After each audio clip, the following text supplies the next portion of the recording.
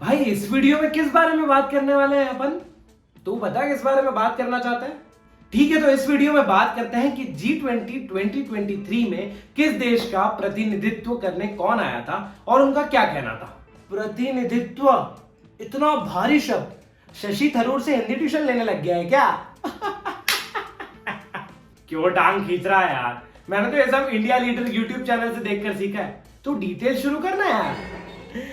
Okay, तो शुरू से शुरू करते हैं। देख, 9-10 सितंबर को G20 समिट नई दिल्ली के प्रगति मैदान में बने अत्याधुनिक भारत मंडपम कन्वेंशन सेंटर में हुई, जिसमें अमेरिकी राष्ट्रपति जो बाइडेन, ब्रिटेन के पीएम ऋषि सुनक, कनाडा के पीएम जस्टिन ट्रूडो, फ्रांस के राष्ट्रपति इमैनुअल मैक्रोन, जापान के पीएम फूमियो किशिडो, ऑस्ट्रेलिया के प्रधानमंत्री एंथोनी अल्बनीज, दक्षिण कोरिया के राष्ट्रपति यूंग सुक योल जैसे दुनिया के बड़े राजनेता शामिल हुए।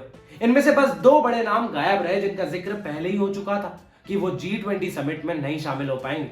वो थे रूस के राष्ट्रपति पुतिन और चीन के राष्ट्रपति जिनपिंग। इसके अलावा अगर G20 में शामिल देशों की बात करें तो जैसे मैंने पुराने वीडियो में भी बताया था, उसमें मैंने बात की थी कि एक्चुअली G20 क्या है और कब और क्यों इसकी शुरुआत हुई थी, तो आप लोग उस वीडियो को भी जाकर देखें। तो G20 में जो देश शामिल हैं वो है अर्जेंटीना, ऑस्ट्रेलिया, ब्राजील, कनाडा, चीन, France, Germany, Bharat, Indonesia, Italy, Japan, Korea, Mexico, रूस, सऊदी अरब, दक्षिण अफ्रीका, तुर्की, यूके और यूएस और यूरोपीय यूनियन। 27 सदस्य। दुनिया के बड़े राजनेताओं ने क्या कुछ कहा, तो इसकी शुरुआत हम पीएम मोदी से करते हैं। पीएम मोदी ने शनिवार को G20 नेताओं से वैश्विक विश्वास की कमी को खत्म करने का आग्रह किया। पीएम मोदी ने 18वें G20 शिखर सम्मेलन के सत्र को संबोधित करते हुए कहा कि हम सभी के लिए वैश्विक भलाई के लिए एक साथ चलने का समय है। कोरोना वायरस वैश्विक महामारी के बाद दुनिया को विश्वास की कमी की एक नई चुनौती का सामना करना पड़ा और दुर्भाग्य से यूक्रेन युद्ध के कारण ये और बढ़ गई।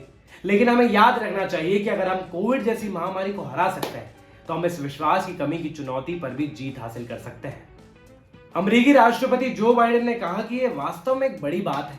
मैं पीएम मोदी को धन्यवाद देना चाहता हूं कि एक पृथ्वी, एक परिवार और एक ही भविष्य, यही इस G20 शिखर सम्मेलन का फोकस है। और कई महीनों में यह भी है कि इस साझेदारी का फोकस जिसके बारे में हम आज बात कर रहे हैं, टिकाऊ, लचीले बुनियादी ढांचे का निर्माण, गुणवत्तापूर्ण बुनियादी ढांचे में निवेश करना और बेहतर भविष्य का निर्माण करना। चीन के राष्ट्रपति जिनपिंग की जगह G20 में आए चीन के प्रधानमंत्री ली क्विंग ने शनिवार को G20 सदस्य देशों के बीच एकजुटता की जरूरत पर जोर दिया और आर्थिक वैश्वीकरण के लिए सहयोग, समावेश एवं दृढ़ समर्थन का आह्वान किया। क्विंग शिखर सम्मेलन में राष्ट्रपति शी जिनपिंग के स्थान पर भाग लेने के लिए नई दिल्ली पहुंचे थे। पीएम क्विंग ने कहा कि इस प्रभावशाली समूह को विभाजन की बजाय एकजुटता, टकराव की बजाय सहयोग और अलगाव के बजाय समावेशन की आवश्यकता है। वैश्विक स्तर पर क्या घोषणाएं हुई G20 में?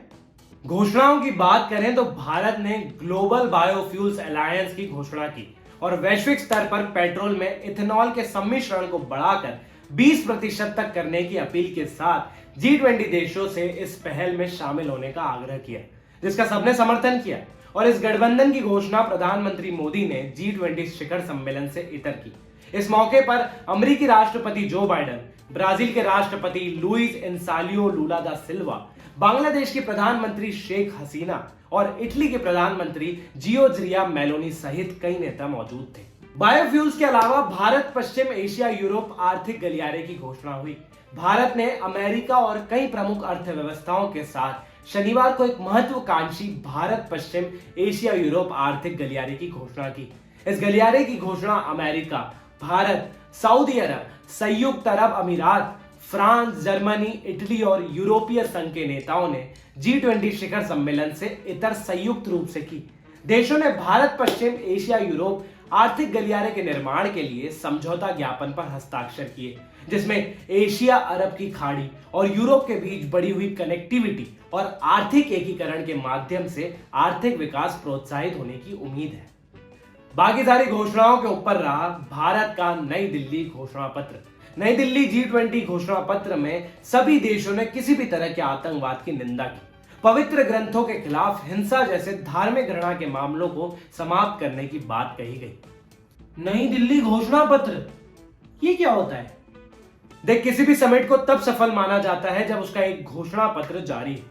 इस G20 समिट में घोषणा पत्र की खास बात यह रही कि इस पर 100% सहमति बनी। घोषणा पत्र पर ना तो रूस यूक्रेन विवाद का साया पड़ा और ना ही चीन के नए मैप वाली पैतरेबाजी काम आई।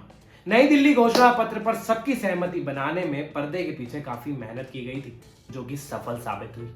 G20 घोषणा पत्र पर आम सहमति बनाने के लिए भारतीय राजनयिकों की एक टीम को 200 घंटे से ज्यादा की लगातार बातचीत करनी पड़ी।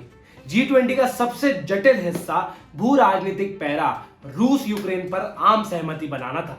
इस पर भारत ने रूस से दोस्ती भी निभाई और यूक्रेन युद्ध में रूस के नाम का जिक्र तक नहीं होने दिया। इसे भारत की बड़ी कूटनीतिक जीत माना जा रहा है। यह सब तब हो पाया जब राजनयिकों की टीम ने 300 द्विपक्षीय बैठकें की, 200 घंटे की नॉन स्टॉप वार्ता की, विवादास्पद यूक्रेन संघर्ष पर अपने समकक्षों के साथ 15 मसौदे वितरित किए। उसके बाद घोषणा पत्र तैयार हुई, जिसे सबकी सराहना मिली। इसके अलावा भारत ने क्या बड़ा किया इस G20 में? पर्टिकुलर इस 2 दिन के सम्मेलन में तो किया ही, और साथ ही पूरी G20 की अध्यक्षता के दौरान भारत ने एक और इतिहास रचा है। वो क्या? देख, अब तक G20 की बैठकें दुनिया के बड़े बड़े समृद्ध देशों ने अपने 2 से ज्यादा शहरों में कभी नहीं करवाई। उसे भारत ने अपने 60 शहरों में करवाकर नई लकीर खींच दी। इतना ही नहीं, G20 का इतना भव्य आयोजन पहले कभी नहीं हुआ। विदेशी मेहमानों ने भी खुलकर यह बात कही और भारत की खुलकर तारीफ करी है। G20 समिट के जरिए प्रधानमंत्री मोदी की छाप भी विदेशी पटल पर और गहरी हुई है। पीएम मोदी ने G20 में रिकॉर्ड द्विपक्षीय बैठकें और कार्यक्रमों में हिस्सा लिया। मोदी ने अमेरिकी राष्ट्रपति जो बाइडेन समेत अन्य वैश्विक नेताओं के साथ 16 द्विपक्षीय बैठकें की। इनमें ब्राजील, तुर्की, जर्मनी, यूरोपीय परिषद, Comoros, Korea, Nigeria, Netherlands, Canada, Britain, France, Italy, Japan, America, Mauritius, Bangladesh के राष्ट्राध्यक्ष से आमने सामने बैठकर बातचीत की। अच्छा, तो इन द्विपक्षीय बैठकों के बारे में बताना फिर। 16 द्विपक्षीय बैठकें की है मोदी जी ने। वो तो नहीं थके, पर अगर इसी वीडियो में वो सब बता दिया तो तू जरूर थक जाएगा। अरे नहीं नहीं, तू उसके लिए अलग से एक वीडियो बना, उसमें बात करते हैं। डील। तब तक इस वीडियो को लाइक और शेयर कर, और साथ ही इंडिया लीडर चैनल को सब्सक्राइब भी करना।